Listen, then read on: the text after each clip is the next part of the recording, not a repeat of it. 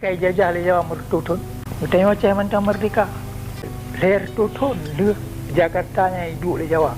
Hidup le Belanda. Yang baru Belanda ia penyata perang macam. Pada 26 Maret 1870. Bayang? Leher tutun ni jajah Jawa. Menyampi? Bahawa tai Belanda macam tak putar lu. Jawa ke mai cok le Jawa le Belanda nganai mu perang. Jawa yang kawai tu kai dengar drama sejarah Aceh.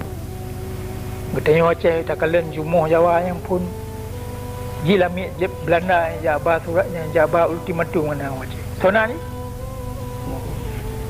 Ha? Oh, semua widikjonya orang Jawa pun tu Aceh yang kita tu. Lami Belanda. Programnya dia anak betul so Jawanya. Iji pai dari laut. Anak 4. Ya?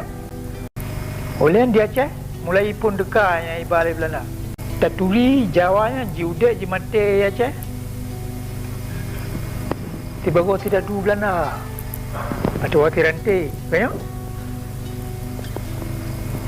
Nyolang kawan kata yang bantu ini kok. Penhantam raja kena ambak jerat Belanda yang baik ikut raja, ikut cut. Yang ini tulis awak bintik yang ikut bawa batai marmar.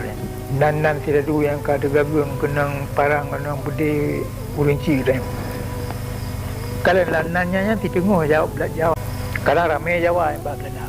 Yang mati boleh urinci dan.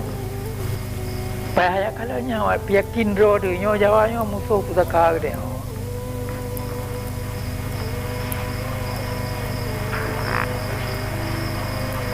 Jawanya nak ke musuh pusaka ke bangsa Aceh. Musuh pusaka ke ro ke nyawa mandu. Menyanyi ro ke bangsa Aceh. Ya nak rasa ro di bangsa Aceh. Cik anak perkara pula yang mari Melayu. Tetapi pakriban musuh pusakanya kaji dia semah le orang Aceh orangnya. Kajak hei bapa ni. Kajak pemulia ni. Kajak tim terima perintah ni.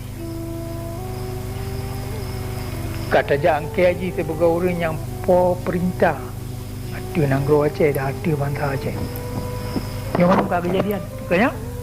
Pakriban je kejadian lagi. Dengan buknya lagi-laginya. Bangsa Aceh orangnya. Kai kianat ke netu.